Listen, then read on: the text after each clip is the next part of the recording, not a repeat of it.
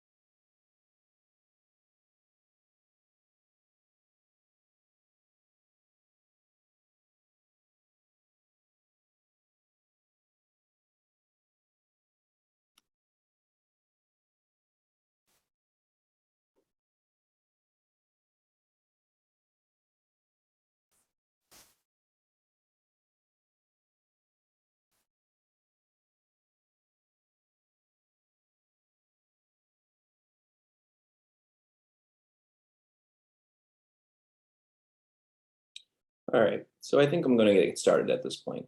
Um, it's great to be here, and it's great to speak on a topic that I'm very passionate about, and hopefully educate you and provide some insight and help some people who are in need.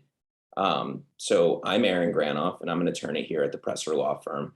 And one of the reasons that I came to the firm was because of my background in sports cards and memorabilia. This is a business that I've been doing outside of law for as long as I can remember. It is my passion.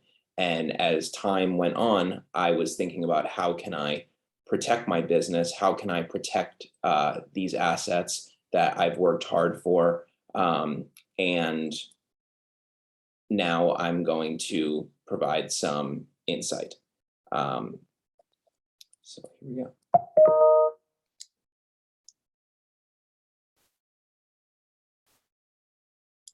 So here's an overview of today's presentation. I'm going to identify this business and explain how it is such an up and coming business and how it has exploded over the past couple of years.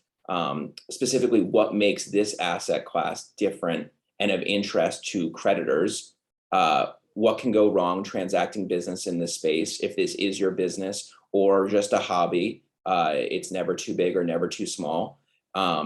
And then identifying valuable items that you may not know exist before someone else does. It's important to know that, yes, your wealth is in danger, whether you do know it or don't, and what you can do to combat this.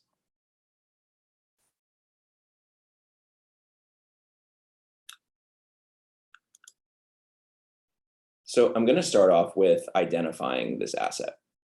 So a lot of people have LLCs for art, cars, boats, or planes. And if you're listening to this presentation, you likely, do have assets that you have interest in protecting. And this is an asset in sports cards and memorabilia that has been very overlooked in the past because it hasn't been as obvious of what its value is in comparison to a boat or a plane. So I'm going to provide some numbers of the 2020 versus 2021's first quarter sales in sports cards.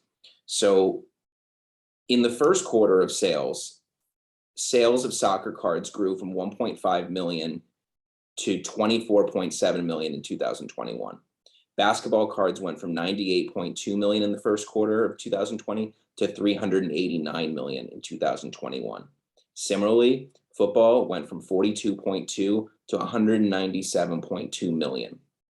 And the list goes on and on. Baseball went from 80.4 million in the first quarter to 234.9 million. And these are just sales that are on eBay. So this is not a little kid hobby. It's maybe not how you remember it ages ago. These are real assets that have real value, and you need to strongly consider protecting them. The other thing is that a lot of people who have heard about this business and this asset class think that a lot of it is driven by COVID-19. And there is some truth to that. When everybody was at home, they were bored and they were, everybody was going through their basement, everyone's watching sports and looking for new ways to make money. And that's true. However, eBay reported that sports cards had seen 142% growth from 2019 to 2020.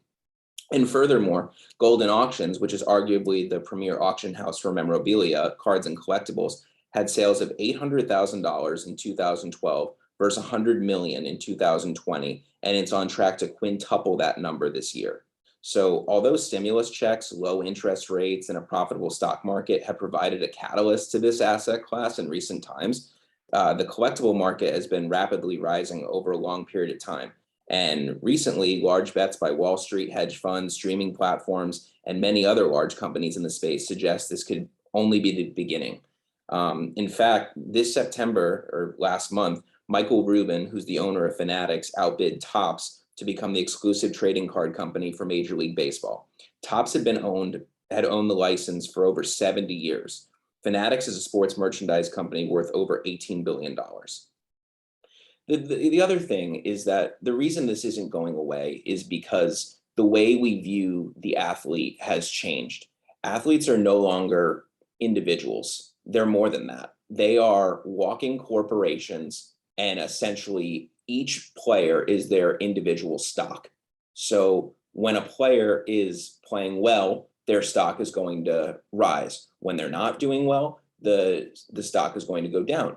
And people in this space, look at an outlook of a player as a time to invest. Maybe the player isn't succeeding, but they see long-term success. Maybe a player is going to get traded from a bad team to a good team that's going to improve their market.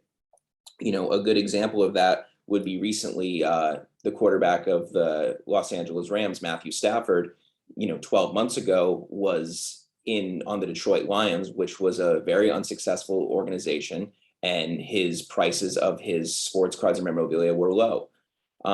Now you fast forward 12 months and he is on one of arguably the best team in the NFL. And if you look at charts over what his sports cards have done over the last 12 months or over the past 3 months, they have increased an exponential amount. There's also longer term ways to invest in players. You could invest in a young minor league baseball player who has, sports cards or memorabilia at 17 years old, where he's virtually unknown. And as he progresses throughout the minors and different catalysts, like getting promoted to different and higher systems, the card prices increase. So it's not really just a fun game anymore. There is real opportunity to make large sums of money. And it's important for the people that possess these items to know that and be aware that creditors are becoming quickly aware of the value of this market. So I'm going to talk a bit about what makes this asset class different. The first thing is its mainstream media attention. So with the mainstream media reporting on the explosion of this asset class, masses of people, including ones who don't even own sports cards and collectibles, are gaining awareness of a very lucrative and previously overlooked space. This provides great danger to those who are heavily invested in collectibles of being preyed upon when being sued or divorced, especially without any sort of asset protection planning in place. I can tell you, for me personally, I've wanted to make a deal for a card that was, $10,000, and we were working towards making a deal. However, this man who I was buying this item from was going through a divorce, and the wife became more aware over time of what these items were worth. So when she filed for divorce, he was unable to sell me the card, and it had to go to an auction house, and I did not have that ability, and he did not have the ability to determine the price, and he didn't have the opportunity to keep the full amount of that item selling. We live in a time where these items are causing a frenzy. In this recently in May, Target was locked down in Wisconsin when a man pulled a gun on another man over a dispute involving trading cards in the store, which sounds silly to some, but it's real because people who aren't educated on this market see, dollar signs, and they want a piece of it. And Target has since suspended selling baseball cards for the safety of their customers. So as you can see on the screen, I've attached some recent sales that have sold in the past 3 or 4 months. A Steph Curry card sold for almost $6 million, Patrick Mahomes $4.3 million, and a game-worn jersey of Kobe Bryant sold for $3.69 million. So these numbers are huge flags to creditors on what these items can command.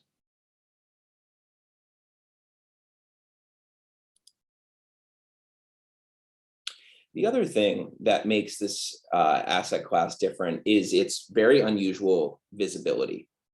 When you go over to your friend's house for dinner, you don't see his shares of Apple stock or his Bitcoins or other assets that he has up on the wall to celebrate their success or to show off.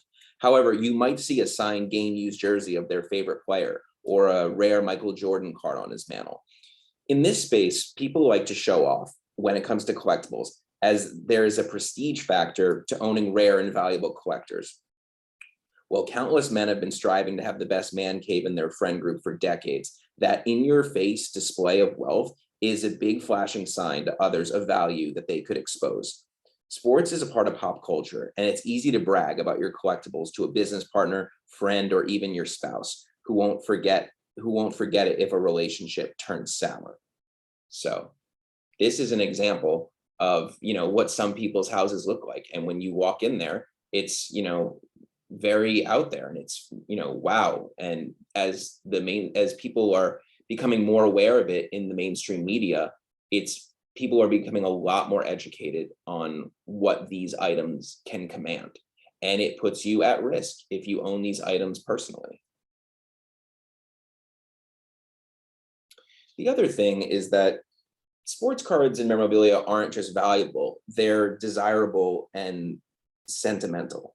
And this is relevant if you have a particularly contentious divorce or falling out, or another relationship goes sour. What better to take than the items a person that you have a contentious relationship with than the items that they hold dearest to their heart. I mean, in 2011, prize fighter boxer Sugar Shane Mosley was forced to relinquish his 3 championship belts to his ex-wife. Recently in 2018, Russell Crowe had to auction off over 227 items, from Gladiator and Master of Commander and other movies to settle a divorce settlement. If you know a person, even if you've never been in their home, if you know them well and you know their passions, that this is an asset class that they're heavily invested in or have a strong interest in. Other items, you don't really know about somebody, how many stocks they have, or Bitcoins or other forms of assets. Certain assets just aren't spoken about, and therefore they're not very much known. So my overarching point is the fact that because this asset class is gaining traction, you need to be especially careful because it is so out there for everyone to see.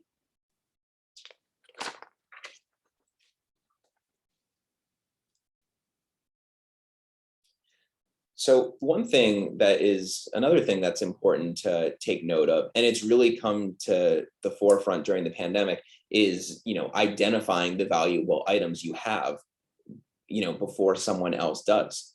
I cannot tell you how many calls and emails I have gotten over the past year from friends, people who know of me through my sports card platforms, who want to know if the things that they've uncovered during the pandemic have value. And it's important that you do that. As you can see, a woman who was at home found Pokemon cards that were worth over $12,000 in her attic that she had no idea that existed or realized had value before. And this is a really good story that I'm going to tell. So this is a short story of a couple named Pierre and Natasha. So, which I guess I depicted on the bottom right.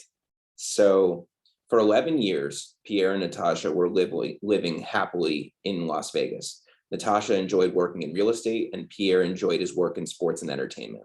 6 years prior, Pierre, who was a big Yankees fan, traded his sports jersey collection to a friend for a collection of baseball cards, after which Pierre forgot about the trade and threw the box of cards in the garage, where it remained until 2 weeks ago.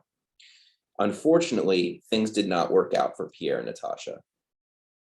and they agreed to a divorce settlement last year that included allocation of what they thought were all of their relevant assets, including retirement plans, pensions. 2 weeks ago, when the article was written, Pierre read about an article about a Babe Ruth card that a man sold in Nevada that is expected to fetch more than $2 million at auction. And this triggered Pierre. It triggered his memory. And among the cards from the trade discussed above was a very similar Babe Ruth card. And wouldn't you know it, but the discovered card has been valued for the same $2 million.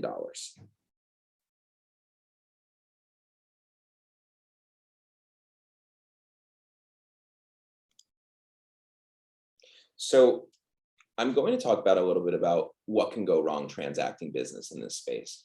And you may think that, this is for somebody who this is their business. This is everything this is their income, but it's not true. It can be just from, doing this as a hobby, as a side gig, or, some other form of making income besides your main job.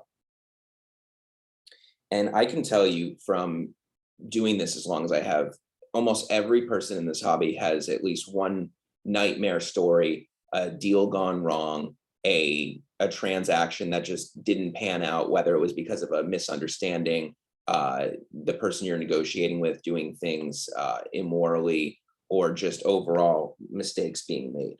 So unlike stocks or cryptocurrency, which are bought at a market price on a network or blockchain, every sports card deal is a negotiation between individuals to determine the price. And very often issues arise after a deal is completed. Typical issues that come up in this space are debates about condition of items, items getting lost in the mail, sellers taking the money and not sending the item, buyers claiming they never received the item, buyers not paying after a deal is agreed to, even items being stolen at trade shows and forgeries. The business of bartering and flipping items can inevitably lead to trouble. In this space, it's very likely that if someone owns one high value item, many more are in their possession. Furthermore, many sellers display all of their inventory on their websites at trade shows and through social media pages. If you go to my page, you can see, all the cards that I, value highly that I've purchased in the last couple of years. And it's very, exposing of my assets and, any other person in the space's asset, what they have. And this makes someone very easily targeted by people who are savvy in the space or who are newly becoming informed of, the items in this business, what they command. So if you are a large investor in sports cards, if this is a business for you or it's just a casual hobby, you should have an asset protection plan to shield you from often significant financial ramifications a difficult business transaction can create.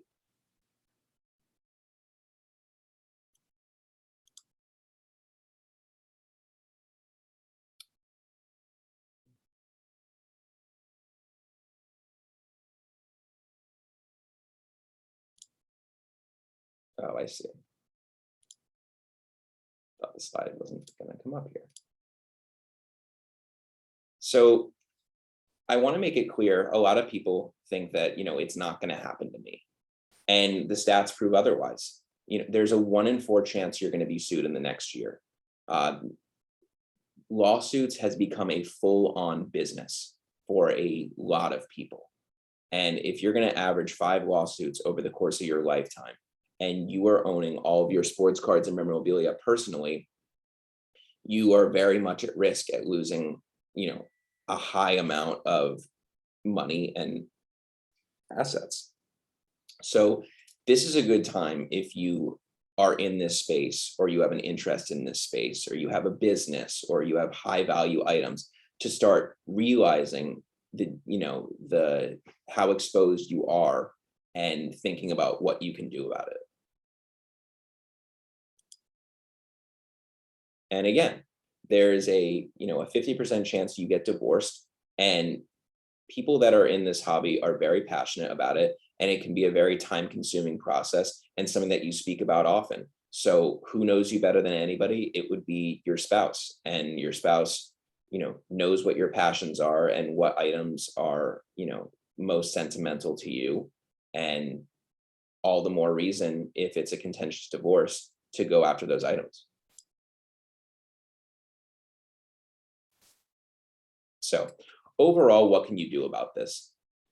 You know, what I honestly believe and what we say is, own as much as you can, own nothing and control everything.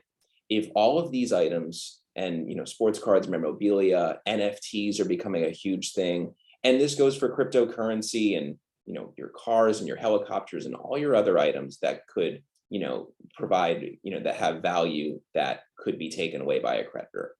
Do everything in your power, if you can, to take these items out of your direct ownership and put them into a structure that deters creditors from pursuing a judgment and incentivize settlements.